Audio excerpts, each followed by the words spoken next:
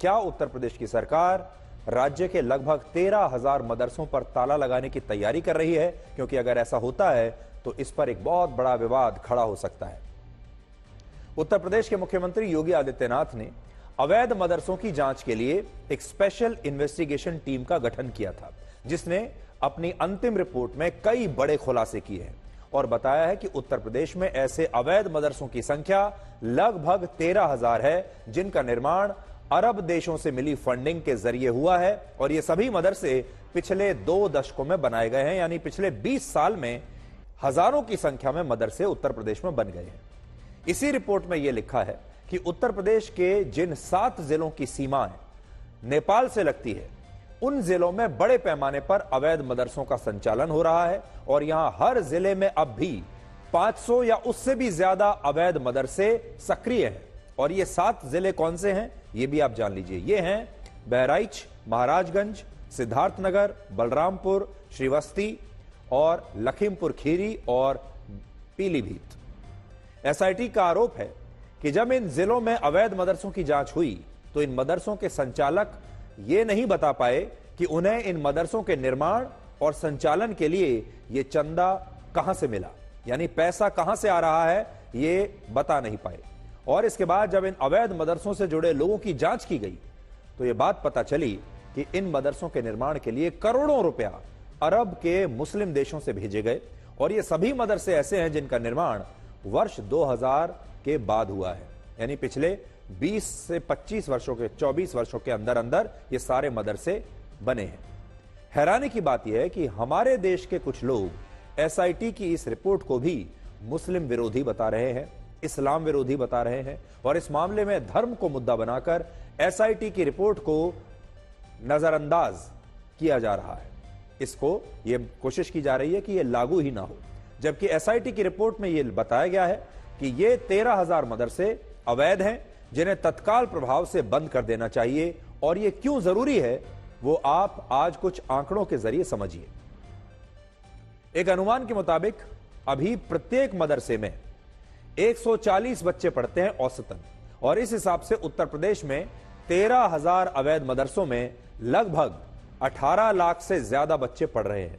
क्योंकि ये बच्चे अवैध मदरसों में पढ़ते हैं, इसलिए इन्हें क्या पढ़ाया जाता है, इन्हें पढ़ाने वाले लोग कौन हैं, क्या वो क्वालिफाइड भी हैं कि वो अध्यापक बन सकें, और इन बच्चों को किस सिलेबस के तहत पढ़ाया जा रहा है, इनका सिलेबस क्या है, ये किसी को नहीं पता। इसकी निगरानी हो ही नहीं पाती और इसीलिए इन अवैध मदरसों पर एसआईटी ने अब ताला लगाने की सिफारिश की है। वर्ष 2021 और 22 की एक रिपोर्ट के मुताबिक उत्तर प्रदेश में कुल मदरसों की संख्या 15,662 है, जिनमें 12,791 मदरसे मान्यता प्राप्त हैं और 2,313 मदरसे गैर मान्यता प्राप्त हैं, जबकि 558 मदरसे ऐसे हैं जिन्हें सरकार से आर्थिक सहायता मिलती है। यानी कुल मिलाकर अभी फिलहाल लगभग 15,500 मदरसों के बारे में ही उत्तर प्रदेश की सरकार को जानकारी है। लेकिन सच्चाई यह है कि उत्तर प्रदेश में कुल मदरसों की संख्या 40,000 तक बताई जाती है और ये जो बाकी के मदरसे हैं ये अवैध मदरसे हैं जिन्हें आजाद मदरसा भी कहा जाता है। और एसआईटी ने ऐसे ही 13,000 अवैध मदरसों को बंद करने की सिफारिश की है, क्योंकि इन पर ना तो सरकार की कोई निगरानी है, ना सरकार के कोई नियम कानून इन पर लागू होते हैं। सरकार को तो शायद यह भी नहीं पता कि ये मदरसे कहां हैं और कैसे चल रहे हैं। यहां बड़ी बात यह है कि इस समय हमारे देश में कुल 3 श्रेणी के मदरसे हैं। पहली श्रेणी में मदरसे वो हैं जिनका संचालन केंद्र सरकार या राज्य सरकारों की आर्थिक मदद से होता है। यानी ये तो वो मदरसे हैं जिनके लिए हमारी सरकारें ही पैसा दे रही हैं। दूसरी श्रेणी के मदरसे वो हैं जिन्हें सरकार से मान्यता मिली हुई है, लेकिन उन्हें फंडिंग इस्लामिक संस्थाओं और मुस्लिम समुदाय से मिलती है। और तीसरी श्रेणी के मदरसे वो हैं जो ना तो सरकार से मान्यता प्राप्त हैं, ना ही उन्हें सरकार से फंडिंग मिलती है और ना ही वो सरकारी रिकॉर्ड में है। और ऐसे मदरसों को आजाद मदरसा कहा जाता है, जहां बाकी विषयों की पढ़ाई ना के बराबर होती है और सिर्फ धार्मिक विषयों के बारे में ही छात्रों को दिन रात पढ़ाया जाता है। और मदरसा और सरकार इन मदरसों को किसी भी तरह से इन पर कोई निगरानी नहीं रख पाती और उसे कभी कभी तो यह भी नहीं पता चलता कि इन मदरसों में जो बच्चे पढ़ रहे हैं वो बच्चे कौन हैं, उन्हें कौन लोग पढ़ा रहे हैं और इन बच्चों का सिलेबस क्या है, इसके बारे में भी सरकार को कोई जानकारी नहीं होती। इससे भी ज्यादा हैरानी की बात यह है कि आज जब हमारी टीम महाराजगंज, बहराइच और पीलीभीत के कुछ अवैध मदरसों में गई तो इनके संचालकों ने हमसे यह कहा कि अगर कोई मुसलमान मदरसों का निर्माण करने के लिए अरब देशों से पैसा भेज रहा है तो इसमें कुछ भी गलत नहीं है, क्योंकि इस्लाम धर्म में यह बताया गया है कि मुसलमानों को अपनी आय का एक हिस्सा धर्म के लिए दान में देना चाहिए और इसी दान के पैसे से ये मदरसे बने हैं और चल रहे हैं। यानी अब धर्म के नाम पर इन अवैध मदरसों को सही और वैध ठहराने की कोशिश हो रही है और कुछ लोग अब इस मामले में धर्म के नाम पर सरकार की कार्रवाई से डिस्काउंट भी मांग रहे हैं कि इन पर कार्रवाई नहीं होनी चाहिए।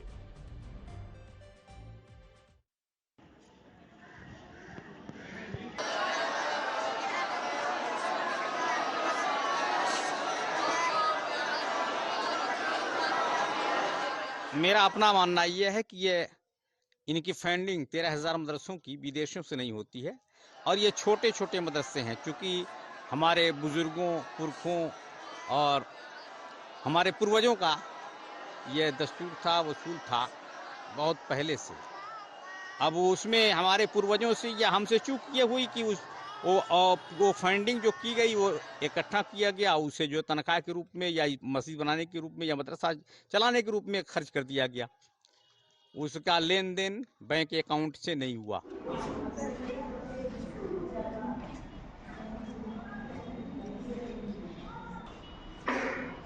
नहीं, हमें तो नहीं मालूम हो रहा है कि सरकार की कोई ऐसी मंशा है जो मदरसे बंद किए जाएं। जाहिर बात है, हमारा मदरसा या बहराइच में बहुत सारे मदरसे चल रहे हैं, कोई ऐसी बात नहीं है। उनकी जांच होती है तो जांच में जो जरूरी कागजात होते हैं वो दिए जाते हैं, उसकी जांच रिपोर्ट चली जाती है अफसरान की तरफ से, जो भी समिति बनाई जाती है जांच के लिए। नहीं, मदरसों को बंद तो नहीं करना चाहिए। मदरसों में दीन की तालीम होती है और इसके साथ साथ जो है वो बच्चों को अच्छा और बेहतर बनाने की कोशिश की जाती है। अब रहा जो मदरसे अवैध हैं या जिन मदरसों के बारे में हुकूमत उत्तर प्रदेश को सूचना मिली है कि यहाँ गलत हो रहा है, तो वहाँ वो नकेलकश है।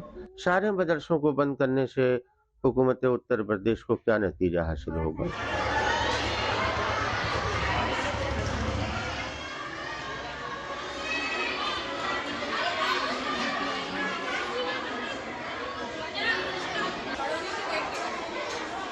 नहीं, बिल्कुल मदरसे बंद हो गए तो विरोध करेंगे हम। वो मदरसों को मान्यता दें जो वहाँ तबका पढ़ रहा है, वो हमारे ही तबके से ताल्लुक रखता है, हमारी कबीले से ताल्लुक रखता है, उसको बर्बाद करने के सिवा कुछ और नहीं है। सरकार सुविधाएं दे, सरकार हमसे हमारी जो संवैधानिक अधिकार है वो छीनने की जो कोशिश कर रही है वो ना करे, ये ठीक नहीं है।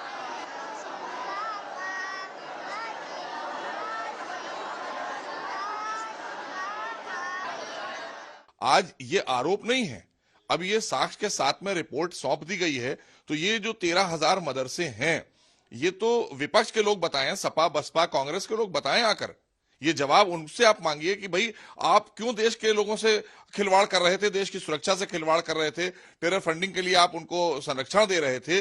और सबसे बड़ी बात यह कि हमारे समाज के बच्चों से भी खिलवाड़ किया गया, जहां आदरणीय मोदी सरकार ने एक हाथ में कुरान एक हाथ में कंप्यूटर देने की बात की। देखिए, भारतीय जनता पार्टी के पास आखिर मुद्दे क्या है? हिंदू मुसलमान, मंदिर मस्जिद, भजन कीर्तन, अजान, लव जिहाद, हिजाब नकाब, मदरसा, फिल्में, मदारे, यूसीसी, हलाल प्रोडक्ट, इन सब मुद्दों के पीछे भारतीय जनता पार्टी छुप जाना चाहती है। इसलिए आज मदरसों की बात कर रही है, जिससे उसे किसान, मजदूर, नौजवान पे जवाब न देना पड़े। भारतीय जनता पार्टी अवैध मदरसों के नाम पे लगातार हिंदू मुसलमान करना चाहती है। अब एक इल्जाम ये आयद करके कि मदारिस इस्लामिया की फंडिंग खाड़ी देशों से हो रही है, ये कतई तौर पर मुनासिब गुफ्तगू नहीं है। और अगर यही पैमाना है कि किसी भी इदारे की, किसी भी तंजीम की खाड़ी देशों या बैरूनी मुल्क से फंडिंग नहीं होनी चाहिए, तो जाहिर सी बात है कि फिर तमाम इदारे जो मुल्क के अंदर हैं या तमाम आश्रम जो मुल्क के अंदर हैं या जो तमाम मजहबी लीडर, चाहे वो जिस भी धर्म के हों, जो अवामी चंदा लेते हैं या बाहर से उनके मानने वाले उनके आश्रमों को, उनके इदारों को चंदा भेजते हैं, उनकी भी जांच होनी चाहिए। आजाद मदरसे किसी भी देश के लिए कितने खतरनाक हो सकते हैं, उसका सबसे अच्छा उदाहरण पाकिस्तान और अफगानिस्तान है। आज से 3 दशक पहले पाकिस्तान के मदरसों में ही आतंकवादी संगठन तालिबान के कट्टर विचार ने जन्म लिया था, जिसका पश्तो भाषा में अर्थ होता है छात्र। और इसके बाद तालिबान अस्तित्व में आया और आज इस आतंकवादी संगठन ने अफगानिस्तान को कट्टरपंथ की आग में पूरी तरह से झोंका हुआ है। और इसीलिए आज हम ये बात कह रहे हैं कि इन आजाद मदरसों की निगरानी होना बहुत आवश्यक है, क्योंकि अभी इन मदरसों में छात्रों को धार्मिक विषयों की पढ़ाई ज्यादा कराई जाती है और उन्हें कुरान, सूरा और आयतों के बारे में ही सिर्फ पढ़ाया जा रहा है। और इस पर हमने आपको याद होगा 13 सितंबर 2022 को एक रिपोर्ट भी दिखाई थी, जिसमें उत्तर प्रदेश के इन्हीं अवैध मदरसों में पढ़ने वाले बच्चे धर्म के बारे में तो सब कुछ जानते थे, लेकिन उन्हें गणित, विज्ञान या फिर दूसरे विषयों की मूल जानकारी भी नहीं थी, बेसिक इंफॉर्मेशन भी नहीं थी। इसलिए आज हम उस रिपोर्ट का एक छोटा सा अंश आपको फिर से दिखाना चाहते हैं।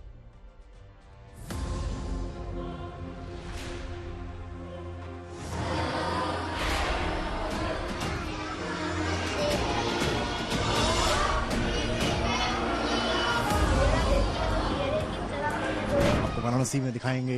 ये लोता इलाका है और ये मदरसा फैजुल उलूम है। आइए हम चलते हैं और देखते हैं कि आखिर यहाँ पर क्या इंतजाम हैं बच्चों के लिए और क्या बच्चों की तालीम, पढ़ाई यहाँ पर ठीक चलती है। सर, क्या पढ़ाई हो रही है, क्या पढ़ा रहे हैं? ये इंग्लिश पढ़ा रहे हैं, आज शेप्स पढ़ा रहे हैं बच्चों को। क्या पढ़ाई हो रही है आज? इंग्लिश। पढ़ाई क्या लिखा है आपने? इंग्लिश। ये सर्किल है, सर्किल क्या होता है? इंग्लिश। ये स्क्वायर क्या होता है? स्क्वायर क्या होता है? आपने लिखा है, आज पहला चैप्टर लग रहा है। क्यों बेटा? नेशनल एंथम आता है? नेशनल एंथम आता है आपको? नहीं आता है, थोड़ा सा भी नहीं आता है। जनगण मन आता है? जनगण मन आता है? सुनाइए। नहीं आता। नहीं आता। आपको जनगण मन आता है? नहीं आता है। यहाँ सिखाया नहीं क्या? यहाँ सिखाया नहीं क्या? लेकिन अभी एकदम थोड़ा याद है। थोड़ा सा याद है। बहराइच में अगर सरकारी आंकड़ों की माने तो 301 रजिस्टर्ड मदरसे हैं और इनमें से 11 मदरसों को फंड दिया जाता है, लेकिन करीब 600 से 700 मदरसे ऐसे हैं जो नॉन रजिस्टर्ड हैं। मान्यता है? रजिस्ट्रेशन है, मानता तो नहीं, रजिस्ट्रेशन है। ये बताइए, इन बच्चों को कौन कौन से विषय पढ़ाते हैं आप? कि सिर्फ उर्दू अरबी ही पढ़ाते हैं या कुरान का ही ज्ञान देते हैं? मतलब क्या क्या पढ़ाते हैं?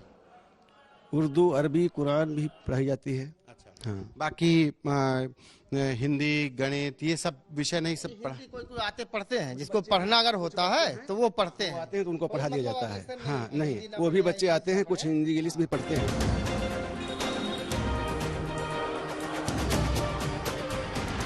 हम इस समय पर लखनऊ के मदरसे में मौजूद हैं।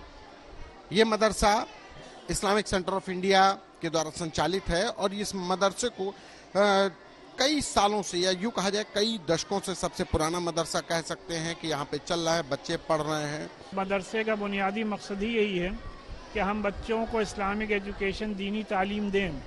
तो दीनी तालीम के साथ साथ यहाँ पर इंग्लिश, हिंदी और उर्दू की भी तालीम दी जा रही है। और जाहिर सी बात, इसको हम लोग अवामी चंदे से यानी जनरल डोनेशन से ही चलाते हैं। हमारे देश में अभी कुछ लोग अवैध मदरसों पर आई एसआईटी की इस रिपोर्ट को मुस्लिम विरोधी बता रहे हैं, जबकि हमें ऐसा लगता है कि ये रिपोर्ट मुस्लिम विरोधी नहीं है, बल्कि ये रिपोर्ट तो उन मुस्लिम परिवारों को सावधान करने वाली है जिनके बच्चे ऐसे अवैध मदरसों में पढ़ रहे हैं। और इसलिए आज हम ऐसे सभी मुस्लिम परिवारों से ये कहना चाहते हैं कि अगर उनके बच्चे मदरसों में पढ़ रहे हैं तो उन्हें इन मदरसों की प्रामाणिकता को जांचना चाहिए और इस खबर के बाद बहुत सावधान हो जाना चाहिए। ऐसे तमाम मुस्लिम परिवार जो अपने बच्चों को ऐसे मदरसों में भेजते हैं, उन्हें ये पता करना चाहिए कि इन मदरसों में क्या पढ़ाया जाता है, कौन से विषय पढ़ाए जाते हैं, इन मदरसों का सिलेबस क्या है, इन मदरसों में जो अध्यापक पढ़ा रहे हैं क्या वो अध्यापक क्वालिफाइड भी हैं, वो अध्यापक किस तरह से पढ़ाई करवा रहे हैं, और आपके जो बच्चे हैं क्या उन्हें गणित के बारे में, क्या उन्हें सोशल स्टडीज के बारे में या दूसरे जो विषय हैं उनके बारे में, साइंस के बारे में, विज्ञान के बारे में, क्या उन विषयों के बारे में भी क्या आपके बच्चे को पढ़ाया जा रहा है? क्योंकि इस उम्र के बच्चों के लिए साइंस, गणित, ये सारे विषय बहुत आवश्यक हैं। इन्हें हिंदी भी आनी चाहिए, इन्हें अंग्रेजी भी आनी चाहिए, इनकी लोकल भाषा भी आनी चाहिए, तभी ये बच्चे आगे चलकर कुछ अच्छा कर पाएंगे। जब ये बड़े स्कूल में जाएंगे या कॉलेज में जाएंगे या जब आगे चलकर कहीं नौकरी के लिए इम्तिहान देंगे तो इनका जो भविष्य है वो संभल जाएगा, अगर इनके माँ बाप ने अभी से ही सावधानी बरती तो। अब हम पश्चिम बंगाल में संदेश खाली के डॉन शाहजहां शेख की बात करेंगे, क्योंकि आजकल पूरे देश में शाहजहां शेख की बात चल रही है और शाहजहां शेख की अकड़ अब टूट चुकी है। 29 फरवरी को जब पूरे 55 दिनों के बाद पश्चिम बंगाल की पुलिस ने शाहजहां शेख को गिरफ्तार किया था, तब वो कुछ इस तरह से अकड़ कर चल रहा था जैसे उसे किसी बात का कोई डर नहीं, और शायद वो यही सोच रहा था कि कानून और पुलिस उसका कुछ नहीं बिगाड़ पाएंगे। ये देखिए आप, जब पहली तस्वीर उस दिन आई थी 29 फरवरी को, तो जरा चाल देखिए शाहजहां शेख की आप, किस अकड़ में वो चल रहा है। पुलिस दूरी बनाकर पीछे चल रही है। पुलिस ऐसा लग रहा है जैसे उसे गिरफ्तार करके नहीं लाई बल्कि उसकी सुरक्षा में लगी है। अकड़ देखिए आप इस आदमी की, और इसकी जो चाल है वो ये बता रही है कि इसे पूरा विश्वास है कि इसका कोई कुछ नहीं बिगाड़ सकता। लेकिन कल जब पश्चिम बंगाल की सीआईडी ने इस अपराधी को सीबीआई को सौंप दिया, जब इसकी कस्टडी सीबीआई के पास आ गई, जो कि केंद्रीय एजेंसी है जिस पर पश्चिम बंगाल का जोर नहीं चलेगा, वहां की सरकार का, तब इसकी सारी अकड़ निकल गई। और इन तस्वीरों को आज जब ब्लैक एंड व्हाइट में आप देखेंगे तो आपको पता चलेगा कि जब किसी अपराधी को सत्ता का संरक्षण मिलता है तो उसे किसी बात का कोई डर नहीं होता। उसका जो पूरा शरीर है, उसका बॉडी लैंग्वेज इस बात की गवाही देता है।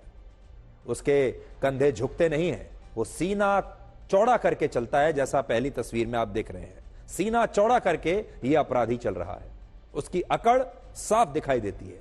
लेकिन जब सत्ता का ये संरक्षण समाप्त हो जाता है, उसके सिर पर जो हाथ रखा हुआ है सत्ता का, जब वो हट जाता है तो यह अकड़ भी टूट जाती है, कंधे झुक जाते हैं। और यही जो बड़ी बहादुरी से चलकर आ रहा है सीना चौड़ा करके, वही आपको एक डरपोक अपराधी दिखने लगता है और उसे समझ में आ जाता है कि वो कानून से बड़ा नहीं है और उसे अब कोई नहीं बचा पाएगा। इन तस्वीरों को आज आप देखिए। असल में ये तस्वीर लोकतंत्र को दर्शाती हैं। ये तस्वीर बताती हैं कि जब राज्य सरकार बचाना चाहती है और अदालतें और केंद्रीय एजेंसी इंसाफ करना चाहती हैं तो क्या होता है।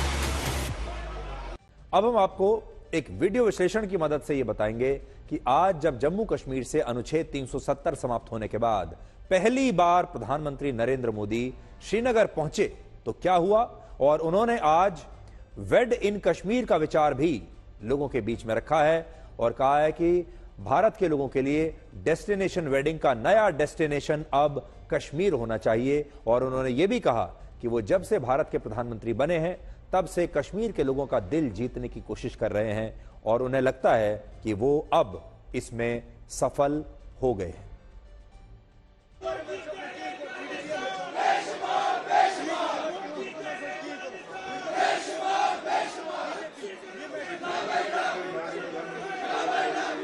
मैंने 2023 में KVIC के डिपार्टमेंट में सर मैंने वहाँ पे एक सेल्फी ली थी। आज मुझे जी चाहता है कि सर उस सपने को भी मैं साकार करूं। जरूर मैं आपके साथ सेल्फी लूंगा। ये वो नया जम्मू कश्मीर है जिसका इंतजार हम सभी को कई दशकों से था। ये वो नया जम्मू कश्मीर है जिसके लिए डॉक्टर श्यामा प्रसाद मुखर्जी ने बलिदान दिया।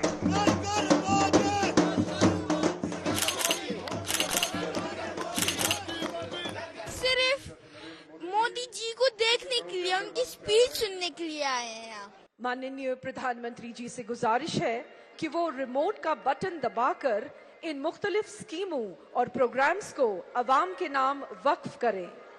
स्टेडियम के हर हिस्से से, हर पार्ट से, हर भाग से जोरदार तालियां इस लम्हे के लिए। सुरक्षा व्यवस्था बेहद सख्त। मेरा दूसरा मिशन है वेड इन इंडिया। शादी हिंदुस्तान में करो।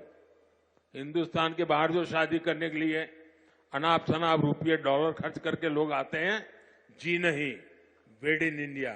अब कश्मीर और जम्मू के लोग, हमारे श्रीनगर के लोग, अब हमें वेड इन इंडिया के लिए लोगों को शादी के लिए यहां आने का मन कर जाए और यहां के पर बुकिंग करे, यहां 3 दिन 4 दिन बारात लेकर के आए, धूमधाम से खर्चा करे, यहां के लोगों को रोजी रोटी मिलेगी।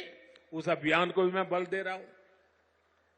और साथियों, जब इरादे नेक हो, संकल्प को सिद्ध करने का जज्बा हो, तो फिर नतीजे भी मिलते हैं। पूरी दुनिया ने देखा कि कैसे यहां जम्मू कश्मीर में G20 का शानदार आयोजन हुआ। कभी लोग कहते थे जम्मू कश्मीर में कौन पर्यटन के लिए जाएगा। आज यहां जम्मू कश्मीर में पर्यटन के सारे रिकॉर्ड टूट रहे हैं। अकेले 2023 में ही 2 करोड़ से ज्यादा पर्यटक यहां आए हैं। अब बड़े बड़े स्टार भी, सेलिब्रिटी भी, विदेशी मेहमान भी कश्मीर में आए बिना जाते नहीं हैं। वादियों में घूमने आते हैं, यहां वीडियो बनाते हैं, रील बनाते हैं और वायरल हो रही है।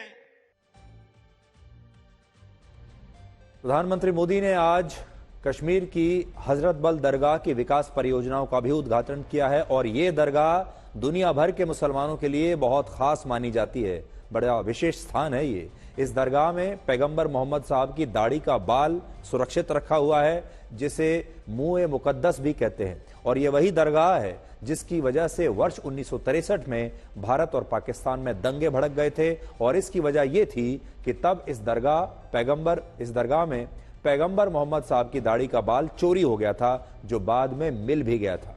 लेकिन इस घटना के दौरान लाल बहादुर शास्त्री और भारत के तत्कालीन गृह मंत्री गुलजारी लाल नंदा और उस समय के गृह सचिव और आईबी की पूरी टीम को कश्मीर जाना पड़ा था। इतना बड़ा मुद्दा बन गया था।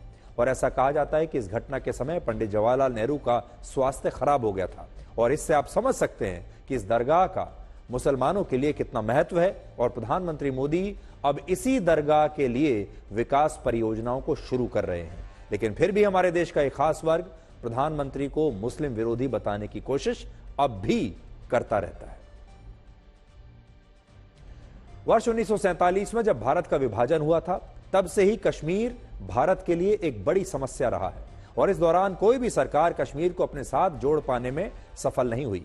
यह तस्वीर आप देखिए। पहले यह तस्वीर एक आज रैली जब हुई प्रधानमंत्री की, तो एक युवा ने यह रिक्वेस्ट की कि वो प्रधानमंत्री के साथ तस्वीर लेना चाहता है, एक सेल्फी लेना चाहता है। और प्रधानमंत्री ने भी कश्मीर के इस युवा के साथ खुशी खुशी ये सेल्फी खिंचवाई है।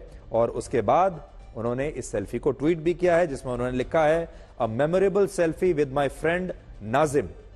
और उन्होंने ये भी लिखा कि वो नाजिम जितना बहुत अच्छा काम कर रहा है और वो उसके काम से बड़े इंप्रेस हुए।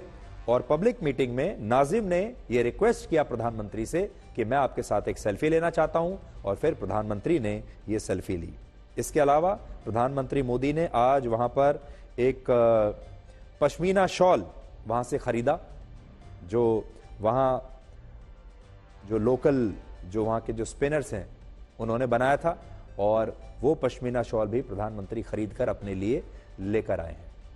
लेकिन बड़ी बात यह है कि प्रधानमंत्री नरेंद्र मोदी भारत के पहले ऐसे प्रधानमंत्री हैं जिन्होंने कश्मीर को मुख्य धारा में लाकर उसे सही मायनों में देश के साथ जोड़ दिया है। इससे पहले बहुतों ने कोशिश की होगी, लेकिन कश्मीर भारत से कटा रहा, भारत के साथ कभी जुड़ा नहीं, ना तो भूमि के मामले में जुड़ा और ना ही दिल से जुड़ा। आज मोदी सरकार में जम्मू कश्मीर की स्थिति बदल गई है और अब वहां के आम लोगों के जनजीवन में बहुत सुधार भी हुआ। तो पहली बात तो ये कि भारत के साथ कश्मीर जुड़ गया। दूसरा, अब कश्मीर में विकास आ गया। आज श्रीनगर को स्मार्ट सिटी बनाया जा रहा है और कश्मीर में जो विकास की परियोजनाएं हैं वो वैसी ही हैं जैसी भारत के किसी और शहर में या किसी और राज्य में होती हैं, जिससे कश्मीर के लोगों का बहुत फायदा हो रहा है। तो पहली बात, ये जो दूरियां थी भारत और कश्मीर के बीच, अब वो दूरी समाप्त हो गई। आज कश्मीर, जम्मू कश्मीर भी भारत का वैसा ही एक राज्य है, वैसा ही एक हिस्सा है जैसा कोई और राज्य है, कोई और शहर है या कोई और जगह है। दूसरा, अब वहां पर भी विकास हो रहा है। तीसरा, मोदी सरकार ने अब कश्मीर को देश के साथ पूरी तरीके से जोड़ दिया है। चौथी बात, पहली बार कोई प्रधानमंत्री कश्मीर के लोगों का दिल जीत पाया है। और इस बात को आप कुछ आंकड़ों से समझिए। आज से कुछ वर्ष पहले तक जिस कश्मीर में पाकिस्तान से आतंकवादी घुसपैठ करके आते थे, आज उसी कश्मीर से आतंकवादियों का सफाया हो रहा है और पूरे देश के लोग अब उसी कश्मीर में बिना किसी डर के छुट्टियां मनाने के लिए जाते हैं, वेकेशन के लिए जाते हैं। और आज तो प्रधानमंत्री मोदी ने यह भी कह दिया कि अब से अगर आपको अपनी डेस्टिनेशन वेडिंग करनी है तो वो भी आप कश्मीर में जाकर कीजिए। वर्ष 2014 से पहले 90 से 95 लाख पर्यटक हर साल जम्मू कश्मीर जाया करते थे, लेकिन अब 2 करोड़ से ज्यादा पर्यटक हर साल जम्मू कश्मीर घूमने के लिए जाते हैं। और ऐसा इसलिए संभव हुआ क्योंकि अब जम्मू कश्मीर हर रूप से भारत से जुड़ चुका है, दिल से भी जुड़ गया है, विकास के जरिए भी जुड़ गया है और भूमि के जरिए, संविधान के जरिए भी पूरी तरीके से जुड़ चुका है। लेकिन आखिर में हम आपको यह बात जरूर बताना चाहेंगे कि अब हमारे देश में जो लोग आने वाले कुछ दिनों में, वर्षों में, महीनों में शादी करने के बारे में सोच रहे हैं और आप डेस्टिनेशन वेडिंग के बारे में सोच रहे हैं, तो पहले तो प्रधानमंत्री ने ऐसे लोगों को कहा था, वेड इन इंडिया का नारा उन्होंने दिया था कि जो लोग विदेशों में जाकर शादियां करते हैं, डेस्टिनेशन वेडिंग करते हैं, उन्हें भारत में ही डेस्टिनेशन वेडिंग करनी चाहिए। लेकिन अब वो इस पूरे मुद्दे को और आगे लेकर गए हैं और आज उन्होंने कहा है कि अब अगर आप शादी करना चाहते हैं तो कश्मीर में जाकर डेस्टिनेशन वेडिंग कीजिए। इसलिए हम भी आपसे ये कहेंगे कि जो हमारे युवा दर्शक हैं, युवा साथी हैं, जो आने वाले कुछ समय में शादी के बारे में सोच रहे हैं, तो अपनी डेस्टिनेशन वेडिंग आप कश्मीर में जाकर कीजिए, वहां की खूबसूरत वादियों में जाकर कीजिए। अब हम आपको एक बड़ी नई और अनोखी खबर दिखाने वाले हैं, क्योंकि अब आपको हम बालों की स्मगलिंग के बारे में बताएंगे। और ये एक ऐसी खबर है जो आपको आज बिल्कुल मिस नहीं करनी चाहिए। बिल्कुल नई तरह की ये स्मगलिंग है। आपने गोल्ड की स्मगलिंग सुनी होगी, दूसरी जो कीमती वस्तुएं होती हैं उनकी भी स्मगलिंग के बारे में आपने सुना होगा, लेकिन क्या आपने सुना है कि आपके सिर पर जो बाल हैं उनकी भी स्मगलिंग होती है? क्या यह भी संभव है? एनफोर्समेंट डायरेक्टरेट यानी ईडी ने बालों की अवैध तस्करी के लिए एक ऐसे अंतरराष्ट्रीय रैकेट का पर्दाफाश किया है जो 12,000 करोड़ रुपए का रैकेट है। और इस मामले में अब तक 100 से ज्यादा बैंक अकाउंट्स को फ्रीज किया जा चुका है। ईडी के मुताबिक तेलंगाना और आंध्र प्रदेश में कुछ ट्रेडर्स यानी कुछ व्यापारी शेल कंपनियों की मदद से अवैध तस्करी कर रहे हैं बालों की, और ये बाल हैदराबाद से मिजोरम और फिर मिजोरम से म्यांमार के रास्ते चीन, बांग्लादेश और वियतनाम भेजे जा रहे हैं। ये रूट आप देख लीजिए, ये हैदराबाद से चलते हैं, उसके बाद ये म्यांमार तक पहुंचते हैं और म्यांमार से फिर ये चीन जाते हैं, फिर ये वियतनाम जाते हैं और ये बांग्लादेश जाते हैं, मिजोरम होते हुए। इस मामले में ईडी ने मिजोरम से एक ऐसे आरोपी को गिरफ्तार किया है जो बॉर्डर के रास्ते अवैध रूप से बालों को म्यांमार पहुंचाता था। इसके बाद म्यांमार से ये बाल चीन जाते थे और ये पूरा रैकेट हवाला और चाइनीज बैटिंग एप्स के जरिए ऑपरेट करता था। सरल शब्दों में इसे आप ऐसे समझ सकते हैं कि जो लोग भारत से अवैध बालों की तस्करी कर रहे थे और जो लोग चीन से इन बालों को खरीद रहे थे, वो पैसे का लेन देन या तो हवाला के जरिए करते थे या ये लेन देन चाइनीज बैटिंग एप्स की मदद से होता था। और इसमें भी हवाला के जरिए 8,000 करोड़ रुपए के बालों की तस्करी हर साल होती थी। सोचिए, हर साल 8,000 करोड़ रुपए के बाल हमारे देश से बाहर जा रहे हैं अवैध रूप से। जांच में यह भी पता चला कि मिजोरम और म्यांमार के रास्ते सबसे ज्यादा बाल चीन को भेजे गए हैं, क्योंकि इस समय पूरी दुनिया में इंडोनेशिया के बाद चीन बालों का सबसे बड़ा खरीदार है। चीन में बालों की इतनी डिमांड क्यों है, यह भी हम आपको आगे बताएंगे। फिलहाल बालों के आयात में, यानी बालों के खरीदने के मामले में इंडोनेशिया की हिस्सेदारी 23.7% है, चीन की हिस्सेदारी 22.4%।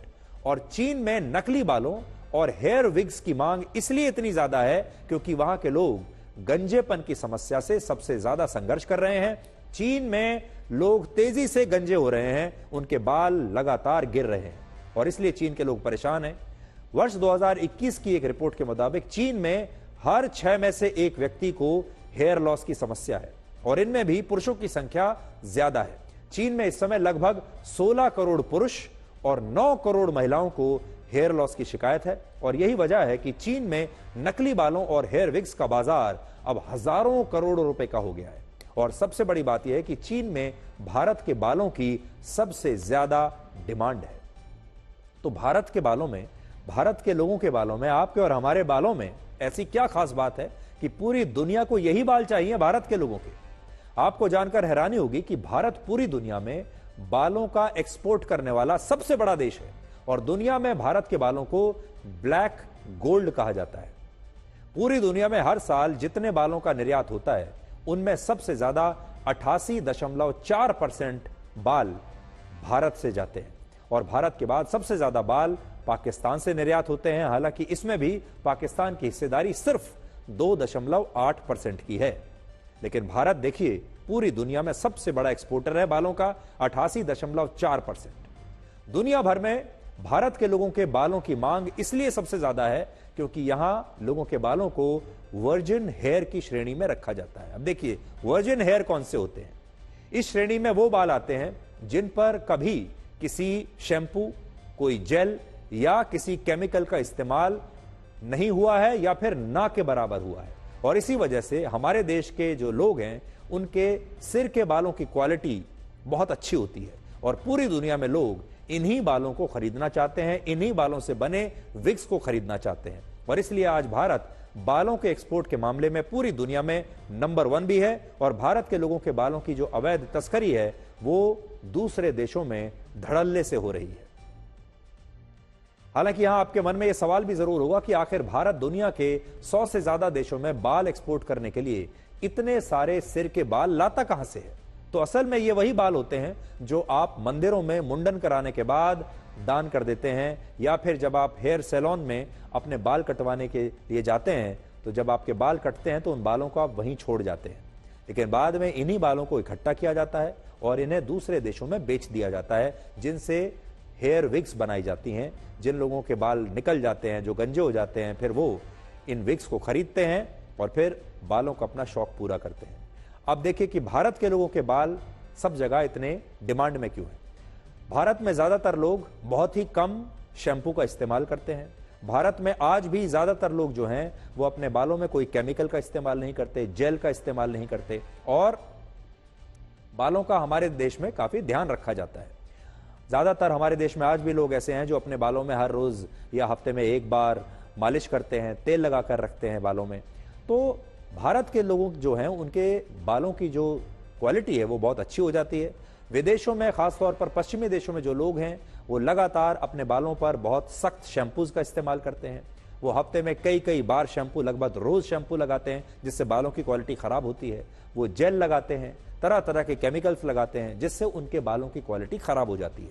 ये सब हमारे देश में नहीं होता, इसलिए दुनिया भर के लोग जब विग मांगते हैं तो कहते हैं कि भारत के जो लोग हैं उनके सिर के बालों की विग होनी चाहिए।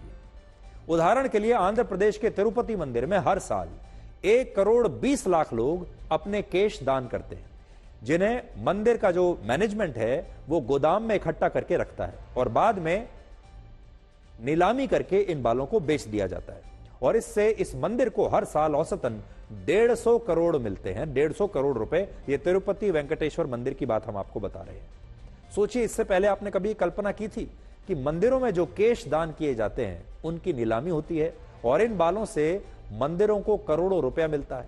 लेकिन यह सच है कि ऐसा लगभग उन सभी मंदिरों में होता है जहां लोग अपने केश दान करते हैं और उसके बाद ये जो मंदिर है ये अपना खर्चा भी उस पैसे से चलाते हैं और मंदिरों की जो दूसरी गतिविधियां होती हैं, आज आप जानते हैं कि हर मंदिर समाज सेवा की गतिविधियों में रहता है। बहुत सारे मंदिर ऐसे होते हैं जो स्कूल चलाते हैं, अस्पताल चलाते हैं, गरीब लोगों की मदद करते हैं, वो सारा काम इसी पैसे से होता है। और यहां बात सिर्फ मंदिरों की नहीं है, बहुत सारे चर्चेज में भी लोग अपने बाल दान करते हैं और इन बालों को भी बाद में बाजार में बेच दिया जाता है। मंदिरों और चर्चेज के अलावा लोगों के घरों से और हेयर सैलून से भी जो बालों को जमा किया जाता है, उन्हें भी भारत एक्सपोर्ट करता है। आप में से बहुत सारे लोगों को शायद यह बात पता नहीं होगी कि भारत के छोटे शहरों और गांवों में घरों से बाल इकट्ठा करने का काम कलेक्शन एजेंट्स अब करने लगे हैं और ये कलेक्शन एजेंट्स घर घर जाकर महिलाओं से 1 से 2,000 रुपए प्रति किलोग्राम के हिसाब से बाल खरीद लेते हैं। रेट पर ध्यान दीजिए, 1 से 2,000 रुपए प्रति किलोग्राम, और फिर इन बालों को बड़े शहरों में बेच देते हैं, जहां से बड़ी बड़ी फैक्ट्रियों में इन बालों को पॉलिश करने के बाद विदेशों में 25 से 75,000 रुपए प्रति किलोग्राम के भाव बेच दिया जाता है। और इसी तरह से हेयर सैलून से जो बालों को इकट्ठा करके बाजार में बिक्री होती है, वहां भी ऐसा ही होता है। और कुछ गिरोह इन बालों की अवैध तस्करी इसलिए करते हैं क्योंकि ऐसा करने में फायदा यानी प्रॉफिट ज्यादा होता है। उदाहरण के लिए, जिन बालों की लंबाई 25 इंच होती है, उन बालों को भारत 30 से 33,000 रुपए प्रति किलोग्राम के हिसाब से एक्सपोर्ट करता है। लेकिन अवैध तस्करी में यही बाल भारत से दूसरे देशों को सिर्फ 10 से 15,000 रुपए प्रति किलोग्राम के दाम पर मिल जाते हैं। और यही वजह है कि भारत से बालों की अवैध तस्करी अब बड़े पैमाने पर होने लगी है और हो रही है। हालांकि इस खबर से आज आप यह भी समझ सकते हैं कि चीन हमारे देश भारत से इतना आगे क्यों रहता है। अब एक तुलना देखिए भारत और चीन के बीच। भारत बालों का निर्यात करने वाला दुनिया का सबसे बड़ा देश है, लेकिन हम इन बालों को हेयर विग्स और हेयर एक्सटेंशन में तब्दील करके उन्हें एक प्रोडक्ट में बदल नहीं पाते। यानी हम बाल बेच देते हैं, रॉ मटेरियल बेच रहे हैं, हम ना तो इनका विग बना पाते हैं और ना ही हेयर एक्सटेंशन इनके बना पाते हैं।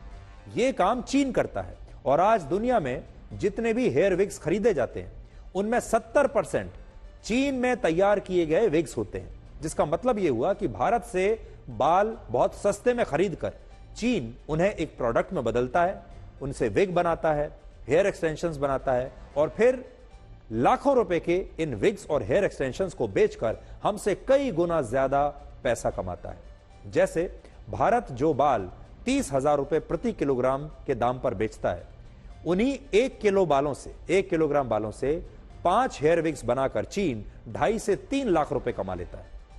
और इसीलिए शायद हम चीन से पीछे हैं। और चीन से पीछे होने का एक कारण यह भी है कि हमारे देश के कुछ लोगों की बेईमानी करने की आदत जाती नहीं है और ये लोग भारत से अवैध बालों की तस्करी करके चीन पहुंचा देते हैं और फिर चीन इन्हीं बालों से हेयर विग्स बनाकर भारत से कहीं ज्यादा पैसा कमाता है और हम पीछे रह जाते हैं। उसके पीछे हमारे देश के अपने लोग भी हैं जो बेईमानी पर उतर आते हैं, जिन्हें ज्यादा पैसा कमाने का लालच होता है, चाहे वो अपने देश के साथ धोखा ही क्यों ना कर रहे हो। वैसे आप में से जिन लोगों को यह नहीं पता कि आंध्र प्रदेश के तिरुपति मंदिर में हर साल 1 करोड़ से ज्यादा लोग अपने केश दान क्यों करते हैं, तो आज हम इसकी कहानी भी आपको बताना चाहते हैं, शायद आपको पता नहीं होगी। पौराणिक कथाओं में ऐसी मान्यता है कि जब एक बार भगवान विष्णु लक्ष्मी जी के साथ क्षीर सागर में विश्राम कर रहे थे, तब देवी लक्ष्मी भगवान विष्णु से किसी बात पर नाराज हो गई, क्रोधित हो गई और फिर क्रोधित होकर पृथ्वी पर आ गई और उन्होंने पृथ्वी पर कुमारी पद्मावती के रूप में अवतार लिया। इसके बाद भगवान विष्णु ने भी पृथ्वी पर भगवान वेंकटेश्वर के रूप में अवतार लिया और वो कुमारी पद्मावती से विवाह करना चाहते थे। और उस समय यह प्रथा थी कि विवाह से पहले दूल्हे को एक शुल्क कन्या के परिवार को देना होता था, लेकिन भगवान वेंकटेश्वर इस शुल्क को देने में असमर्थ थे। इसके बाद उन्होंने धन के देवता कुबेर से ऋण लेकर कुमारी पद्मावती से विवाह किया और धन के देवता कुबेर को यह वचन दिया कि वो कलयुग के समाप्त होने पर इस ऋण को चुका देंगे। और इसी के साथ उन्होंने लक्ष्मी जी की ओर से भी एक वचन दिया कि जो लोग अपने केश दान करके उनकी ऋण वापसी में सहायता करेंगे, लक्ष्मी जी उन लोगों को धनवान बनने का आशीर्वाद देंगी, यानी लक्ष्मी जी उन पर कृपा बरसाएंगी और ये लोग धनवान बन जाएंगे। और इसीलिए आज भी जब लोग आंध्र प्रदेश के तिरुपति मंदिर जाते हैं तो वो वहां पर केश दान करना भूलते नहीं हैं। और जब ये बड़ी बात यह है कि मंदिर में दान किए हुए यही बाल बाद में नीलाम होते हैं और इन्हें दूसरे देशों में एक्सपोर्ट कर दिया जाता है, इन्हें बेच दिया जाता है। तो मैं उम्मीद करता हूं कि आपको आज ये जो हमने आपको नई खबर बताई ये आपको दिलचस्प लगी होगी और आपको कुछ नया जानने को मिला होगा। अब हम आपको अपनी उस मुहिम के बारे में बताएंगे जो हमने देश भर में क्वेश्चन पेपर लीक होने के खिलाफ आजकल शुरू की है। लेकिन उससे पहले हम आपको हरियाणा के नूह से आई आज की ये नई तस्वीर दिखाना चाहते हैं। कल भी हमने आपको तस्वीर दिखाई थी, ये नकल रुकी नहीं, अब नई तस्वीरें देखिए जिसमें आपको बोर्ड की परीक्षा के दौरान बड़ी संख्या में छात्र नकल करते हुए दिखाई देंगे। और सोचिए ये जितने छात्र नकल करते हुए आपको नजर आ रहे हैं, कल जब ये छात्र आगे चलकर इंजीनियर बनने के लिए, टीचर बनने के लिए, डॉक्टर बनने के लिए, पुलिसकर्मी बनने के लिए, जूनियर इंजीनियर बनने के लिए, वकील बनने के लिए या कुछ भी काम करने के लिए परीक्षा देंगे और उनमें भी बेईमानी से अगर पास हो जाएंगे तो इस देश का भविष्य क्या होगा। क्योंकि जब ये डॉक्टर बनेंगे, जब ये इंजीनियर बनेंगे, जब ये पुलिस में जाएंगे तो आपका ही इनसे काम पड़ेगा और आपको हो सकता है इनसे दोबारा मिलने का मौका मिले, हो सकता है डॉक्टर बनकर यही लोग आपका इलाज भी करेंगे। तो आप सोचिए क्या हश्र होगा हमारे इस देश का।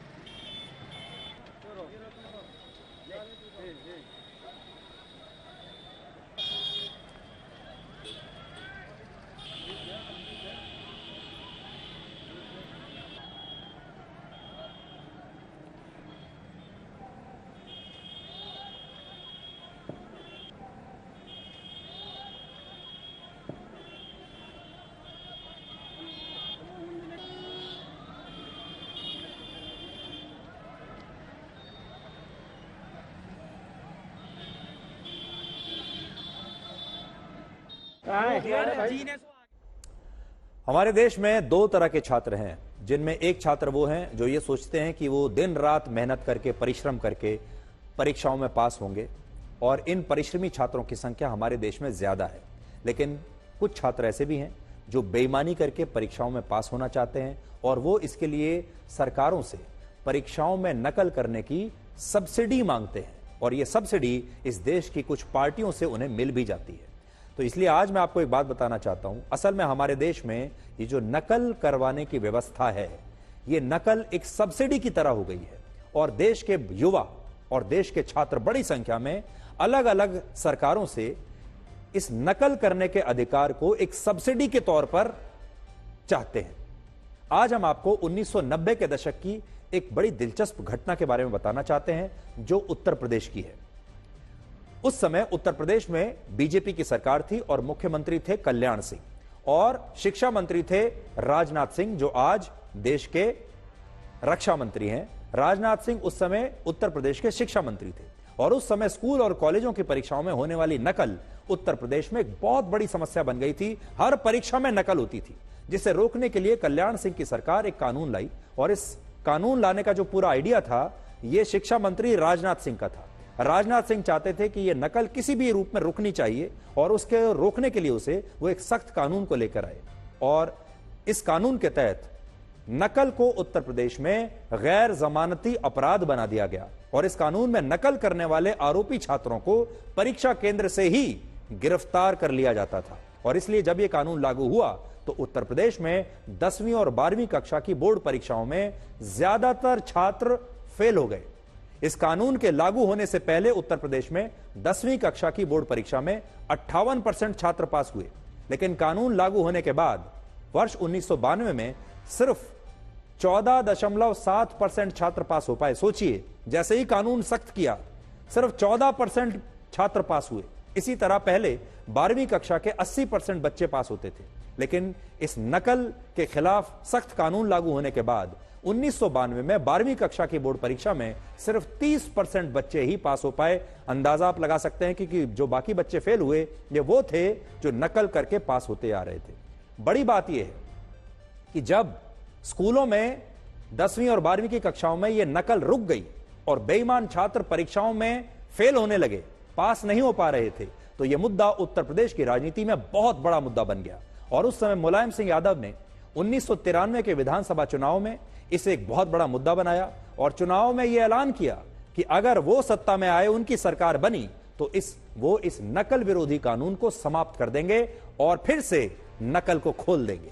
और आपको जानकर हैरानी होगी कि बाद में इस नकल विरोधी कानून की वजह से बीजेपी चुनाव हार गई और मुलायम सिंह यादव ने वर्ष 1993 में उत्तर प्रदेश का मुख्यमंत्री बनते ही इस नकल विरोधी कानून को समाप्त कर दिया और नकल को छात्रों के लिए एक बार फिर से खोल दिया। एक तरीके से छात्रों को सब्सिडी दे दी और कह दिया कि नकल कीजिए। लेकिन आज मुलायम सिंह यादव के बेटे अखिलेश यादव ये पूछ रहे हैं कि परीक्षाओं में बेईमानी समाप्त क्यों नहीं हो रही, ये बेईमानी समाप्त कब होगी। तो उस जमाने में राजनाथ सिंह जब शिक्षा मंत्री के तौर पर इस कानून को ला रहे थे, सरकार के अंदर भी हमें यह पता चला कि बहुत विरोध हुआ। बहुत सारे नेताओं ने कहा कि यह बिल, यह कानून बड़ा सख्त है, इससे नकल रुक जाएगी, हमारी लोकप्रियता गिर जाएगी, लोग हमारे खिलाफ हो जाएंगे, क्योंकि लोग चाहते हैं नकल होनी चाहिए, ज्यादा से ज्यादा बच्चे नकल करके पास हो जाएंगे, इसमें सबका भला है। लेकिन तब राजनाथ सिंह माने नहीं। राजनाथ सिंह उस समय अड़ गए और उन्होंने कहा कि वो इस नकल विरोधी कानून को लाकर रहेंगे, जिसमें नकल करने वाले छात्रों को तुरंत गिरफ्तार किया जा सकता है एग्जामिनेशन सेंटर से ही। और ये कानून आया, लेकिन जो रिजल्ट था वो बुरी तरीके से गिर गया, जिससे आप ये समझ सकते हैं कि उस समय ज्यादातर छात्र नकल करके ही पास हो रहे थे। और फिर मुलायम सिंह आए, उन्होंने इस कानून को हटा दिया और नकल के रूप में जो सब्सिडी सरकार दे रही है, व्यवस्था सरकार के जरिए जो सब्सिडी के तौर पर यह दी जा रही है छात्रों को नकल के लिए, ये आज भी जारी है। इसलिए आज हम यही कहना चाहते हैं कि हमारे देश में लोगों को सब्सिडी बड़ी अच्छी लगती है, उन्हें सब कुछ मुफ्त में चाहिए और आदत ऐसी लग गई है कि बहुत सारे छात्रों को पास भी मुफ्त में होना है और उन्हें ये नकल रूपी सब्सिडी अच्छी लगती है। जब तक ये सब्सिडी चलती रहेगी तब तक ये नकल रुकने वाली नहीं है, इसे बंद करना पड़ेगा। और अजीब दस्तूर है इस जमाने का, यहां लोग अच्छी यादें फोन की गैलरी में रखते हैं और बुरी यादें दिल में रखते हैं।